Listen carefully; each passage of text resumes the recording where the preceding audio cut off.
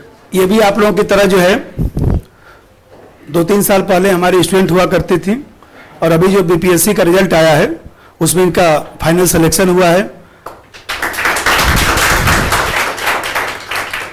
तो अभी बैठी थी तो मुझे याद आया कि ये भी हमसे पोल्ट्री पढ़ती थी। तो पोल्ट्री पढ़ती थी तो हम इनको बताए कि देखिए बच्चा लोगों को ये बताना है कि अपनी कमी जानने का प्रयास करें। तो देखिए आप लोग चूंकि परीक्षा देते हैं तो कोई ना कोई समस्या तो रहता ही है, तो आप लोग व्यवहारिक जो है, ज़्यादा तो नहीं लेकिन व्यवहारिक जो आप लोगों के मन में बात होगा वो जरूर पूछिएगा। और हम लोग पुनः एक बार जो है इनको आगे के लिए जो है शुभकामना भी देते हैं, क्योंकि आईएएस का अटेम्प्ट भी इनके पास है कि भविष्य में जो है ये आईएएस बने। इसके लिए पुनः एक बार हम लोग बधाई देते हैं, शुभकामना। Thank you. मैं भी यहीं की स्टूडेंट रही हूँ और मैं सेकेंड बेंच पे हमेशा बैठा करती थी, यहीं पर मैं पढ़ती भी थी। और मेरा 66वीं में सिलेक्शन हुआ है, 182 मेरा रैंक है। गीतांजलि कुमारी मेरा नाम है। आप लोग कोई पूछना चाहते हैं कुछ तो पूछ सकते हैं।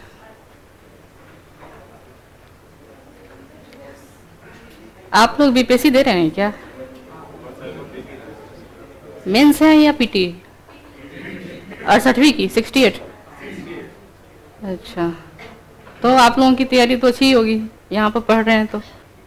बिहार का स्पेशल तो मैं तो पढ़ी हूँ केबीसी नैनो, हाँ मुझे सफिशिएंट लगता है। अगर इसके अलावा भी अगर जैसे हिस्ट्री में ज़्यादातर टफ क्वेश्चन बनाते हैं तो जो माजिद क्या नाम है उनका, नहीं हाँ इम्तियाज अहमद सर, उनकी बुक आती है वो बहुत अच्छा है।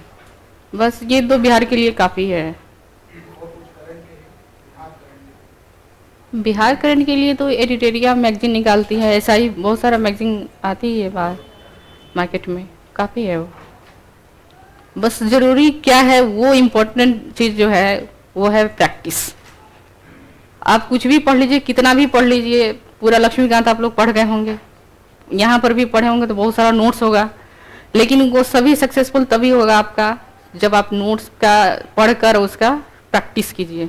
यहाँ पर सर जो औचक टेस्ट करके लेते हैं वो बहुत बेनिफिशियल है, बहुत। उसमें थोड़ा सा दबाव बनता है जब अपना रैंक देखते हैं कि किधर है, हमारा कितना सही कितना गलत हुआ। ये जो सर का तरीका है मुझे बहुत अच्छा लगा था। और मैं भी जब पीटी दी थी, मेंस दी थी, मैं इस चीज़ को मेरे रियलाइज़ करी थी कि सबसे ज़्यादा ज़रूरी है वो है practice, mock test, test series. आप जितना प्रैक्टिस करेंगे वो आपको काम आएगा। जब आप मेंस में देने के लिए एग्ज़ाम हॉल में बैठेंगे ना तो कुछ क्वेश्चंस ऐसे आते हैं जो आप तैयार नहीं कर पाए होंगे, फिर भी आपको लिखना पड़ेगा। तो वो तभी लिख पाएंगे जब आप प्रैक्टिस पहले से किए हुए रहेंगे। वहाँ पर सोचिएगा कि हम एकाएक कुछ नया कर ले, वो पॉसिबल नहीं है, नहीं हो पाता है।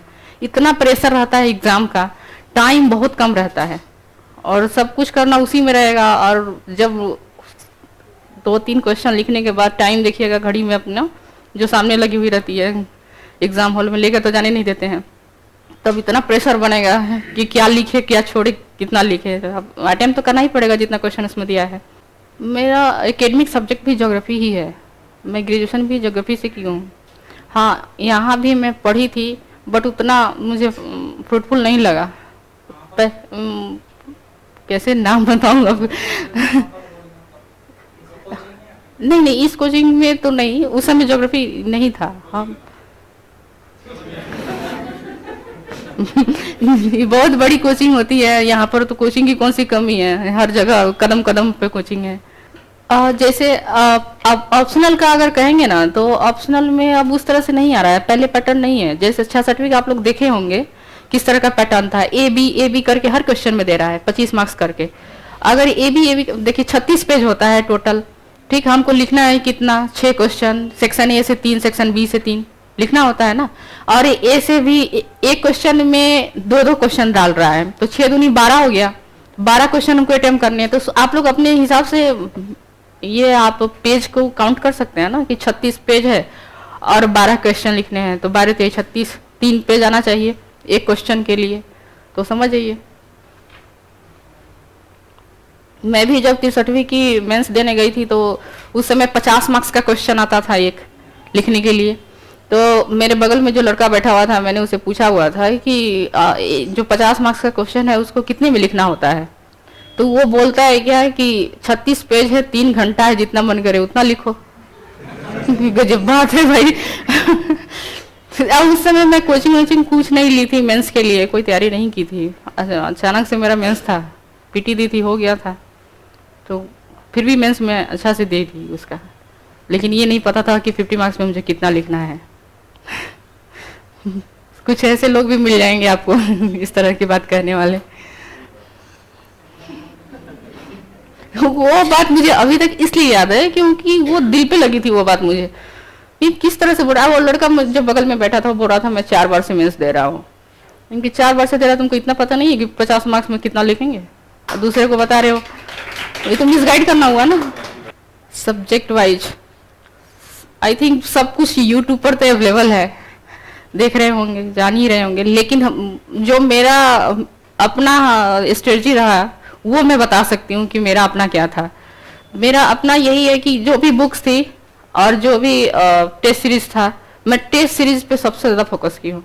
अब प्रैक्टिस पे जितना सर का जो बुक आती है ना, बुकलेट वाली जो ऑब्जेक्टिव का, वो मैं टोटल सॉल्व की हूँ। अक्सर सर बोला करते थे कि जो बच्चे यहाँ से सिर्फ लेकर चले जाते हैं लेकिन उसको सॉल्व नहीं करते हैं। ऐसा होता भी है, लेकिन मैंने पूरा किया है उसको।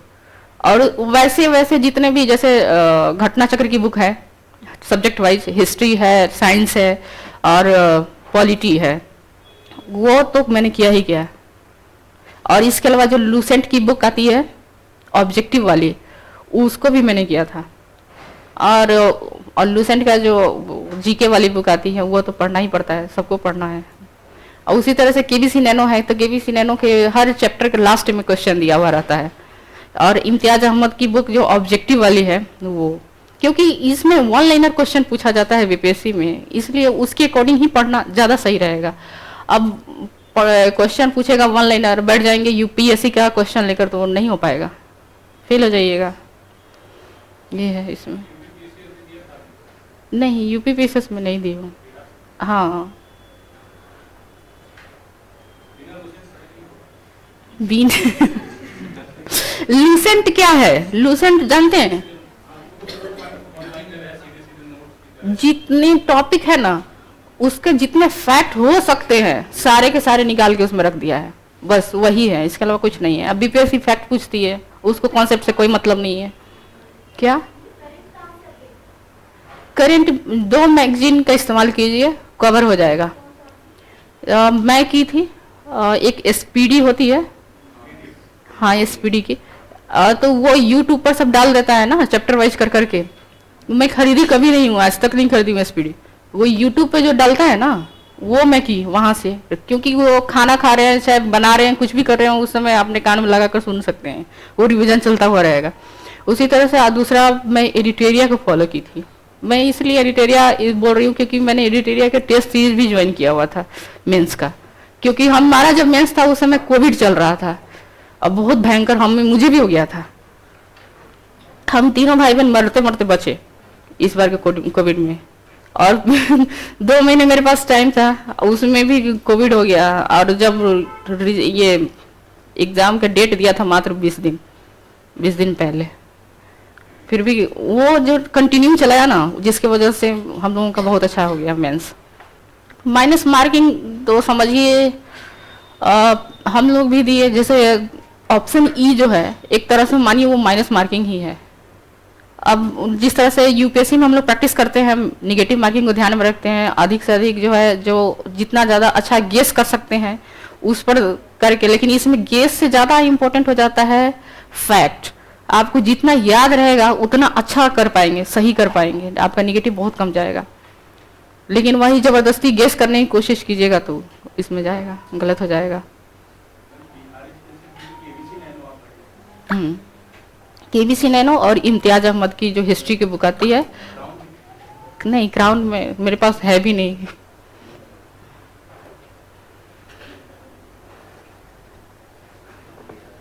मुझे लगा कि पीटी, मेंस और इंटरव्यू हर जगह मॉक बहुत जरूरी है, बहुत जरूरी है। कोचिंग ये बतरा में मैं ऑनलाइन की हूँ इसलिए मुझे ऑनलाइन का पता है। ऑफलाइन तो नोट्स उठा के देखती हूँ, सब कचरा है, कुछ नहीं है उसमें, कुछ नहीं है। जो क्वेश्चन पूछा जाता है वो उससे बहुत दूर रहता है। ये लोग पता नहीं क्या लिखता है, क्या देता है, क्यों देता है, ये नहीं समझ में आता। जो सिलेबस है सिलेबस के अकॉर्डिंग चलो ना। बच्चों को कचरा देने से क्या फायदा है? इतना किसके पास टाइम है कि उसको बार बार पढ़ेगा, उधर अपना टाइम वेस्ट करेगा। इसलिए ऑनलाइन भी टेस्ट सीरीज, ऑनलाइन की टेस्ट सीरीज में एक फायदा ये है, जैसे ऑफलाइन में हम लोग टेस्ट देते हैं तो दूसरे को कॉपी देखने का बहुत कम मौका मिलता है, क्योंकि हम अब बगल वाले को अच्छा मार्क्स आया वो अपना छुपाने की कोशिश करता है कि हम ना दिखाएं अपना आंसर, क्योंकि हमारा कॉपी ना कर ले। दूसरा वाला अब जिससे अच्छा संबंध है थोड़ा तो हाँ ठीक है दिखा सकता है, लेकिन शेयर कर लेगा, लेकिन नहीं दिखाता है ज़्यादातर लोग। लेकिन ऑनलाइन में फ़ायदा ये है कि सबका कॉपी आप देख सकते हैं, क्योंकि सब अपना PDF बना बना के उसमें डालता है। लेकिन उसका भी एक अपना लिमिट है, उससे ज़्यादा नहीं हो सकता है, क्योंकि ऑनलाइन में है कि आप सेल्फ जो आपका डिसिप्लिन है वो होना जरूरी है कि हमको 3 घंटा में 8 क्वेश्चन लिखने हैं। लेकिन वो प्रैक्टिस तभी हो पाएगा जब पहले से आप सीरियसली तैयारी कर रहे हैं तब। अगर नए नए हैं तो आपसे नहीं हो पाएगा, उसके लिए आपको ऑफलाइन ही करना ज़्यादा सही रहेगा।